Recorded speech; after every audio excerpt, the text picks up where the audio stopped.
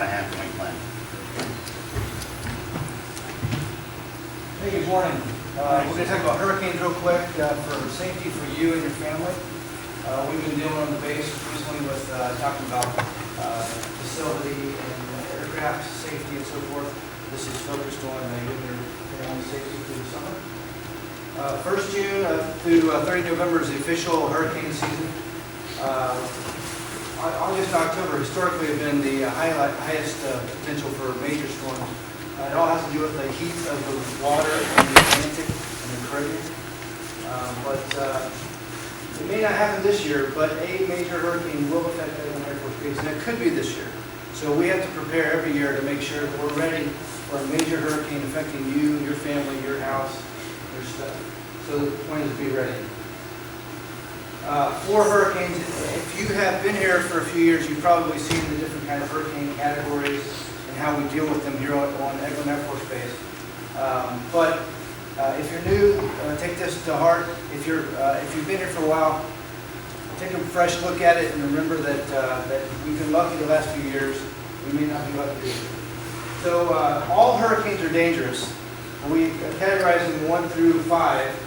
1 being weak, 2 being moderate. You can see the different winds there. On up to a devastating category 5. Very similar to hurricanes, tornadoes, just like we saw in Oklahoma City recently. Hurricanes can also spawn tornadoes. So, and these are constant winds, sustained winds. So you can gust much higher, so you can get a lot more destruction out of a category 1 hurricane than just those winds and just the predictable hurricane category 1 devastation. So you want to be always prepared, and plus hurricanes are very unpredictable and can strengthen right off the coast. Right before they hit us, they can change directions at the last minute and hit us squarely. So the point is to be ready. Okay, so we base our hurricane category right now, starting for the entire season. We're going to be in hurricane condition, Hurricane 5, which just means a hurricane is possible. If a hurricane is forecast to affect Eglin Air Force Base, then we start measuring it with 50 knots or 58 miles an hour wind forecast for Eglin Air Force Base. And if that's the case, it means it could be a much stronger hurricane, but the winds forecast for the base are 50 knots. So 4 days out, 96 hours ahead of time, we would say Hurricane 4. Basically what that's going to do is we start doing all our checklist, and you should do your personal checklist at home, running through, hey, do I have the material I need at home? Or is my car full of gas? That kind of stuff. Just start thinking about it. Okay, then Hurricane 3, if it's still heading our way, 3 days out, 72 hours out, that's when we start, no kidding, like packing the car and that kind of stuff.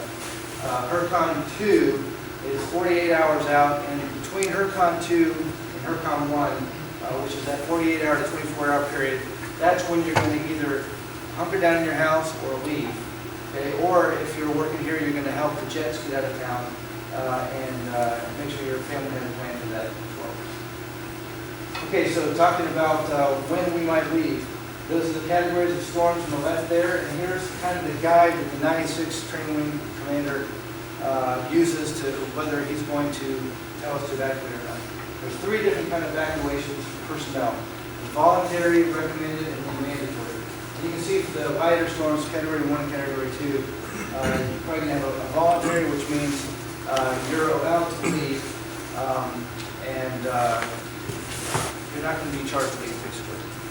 Then recommended means that it gets even more liberal than that, but you're not going to get paid to leave. Mandatory means that you're ordered by the military to evacuate, you and your family, and you and your family get paid to leave. The gray area is in that category 3 storm there, which is the commander's discretion, and that will have to do with how big the storm is, how the likelihood of it hitting us here at Eglin Air Force Base, whether we're on the left or the right side of the storm. If you pay attention to the news, you'll learn more about that, because the storms go counterclockwise. So the right-hand side of the storm is worse than the left. But just so you know, when you hear those terms, voluntary, recommended, and mandatory. So preparation.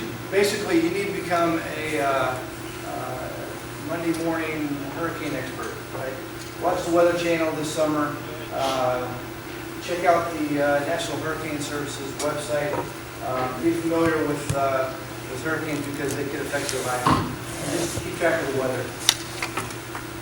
Keep your family informed as well. You probably want to have a discussion just like this with your family so they have some basic awareness of hurricanes.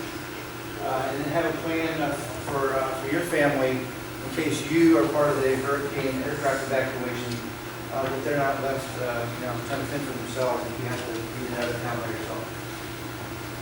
And the second thing is be prepared in case you're going to stay here and weather out the storm. For the lighter storms, Category 1 or Category 2, you may end up deciding to stay here in the Eglin area. Be prepared for winds and water considerations. So if you live in a low-lying area, even if it's Category 1, you may want to evacuate, maybe not completely out of town, maybe on home base or something like that. They will start to activate some sheltering on base for base personnel for the lighter storms. For that reason, if you are in a low-lying area, those lower Category 1s, usually the water is the damaging part. But you also want to build a ride-out kit, assuming that the storm is going to probably take down some electricity, maybe some water, ability to get clean water, that kind of thing. So build yourself a kit in your house where you can basically stay for 3 days, candles, water, some food, that kind of thing. If you have a generator, make sure the fuel, make sure your car is full of gas, that kind of thing. Also, be prepared to evacuate. So this means being aware of the evacuation mode. We're going to make sure that through our UCCs that any kind of evacuation status is clear to each unit. Pay attention to that, let your family know what status we're in, and make it an early decision. Don't waver. And if you get told to mandatory evacuate right then. Throughout the whole time when you're approaching evacuation status, make sure your car is continually filled with gas and that you have a planned evacuation route.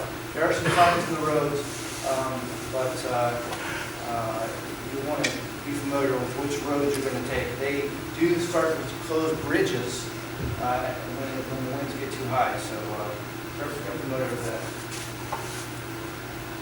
There are plenty of resources out there for you to know about what you can put in your kit, etc.